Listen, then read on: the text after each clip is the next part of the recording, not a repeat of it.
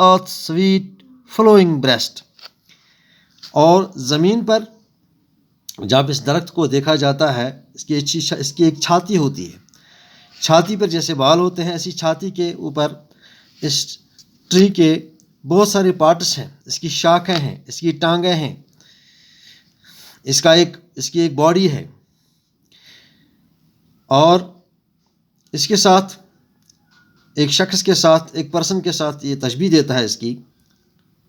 and lifts her leafy arms to pray.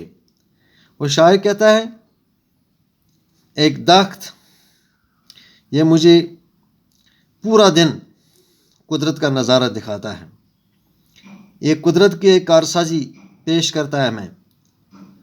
and lifts her leafy arms to pray. اور یہ درخت جس کے پتے نکلتے ہیں اور جو پتے جیسے اللہ کی طرف جھکے ہوئے ہوتے ہیں, ندامت کے ساتھ ہوتے ہیں.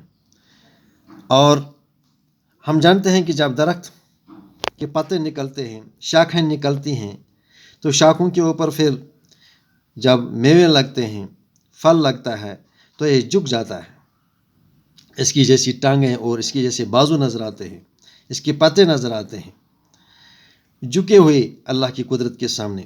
A tree that may be in summer where, ایک درخت کو ایسے پیش کرتے ہیں کہ انسان کی طرح, ایک موسم کی طرح, جیسے گرمی کے موسم میں یہ درخت جو ہے a nest of robins in her hair, ایک پرندے کے لیے گھونسلہ بن جاتا ہے.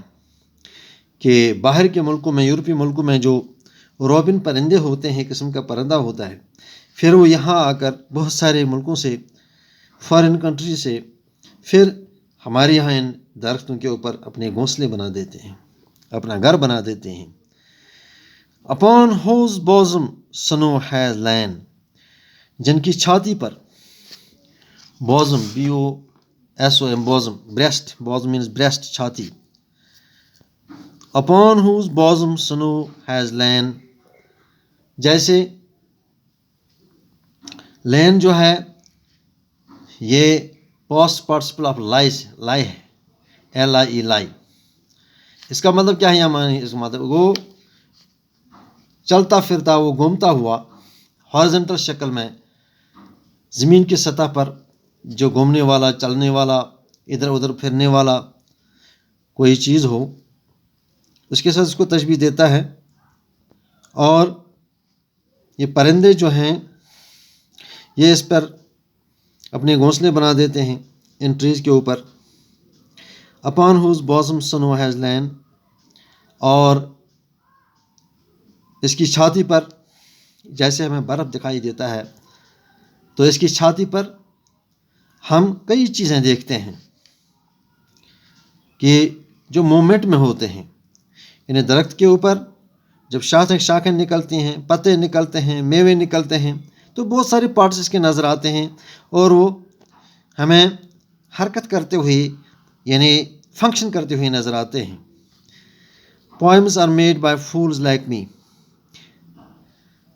شاعر یہاں کہتا ہے جو پوئمز لکھی جاتی ہیں مجھ سے, وہ اپنے آپ کو بیوقوف, نادان سمجھ کر کہتا ہے.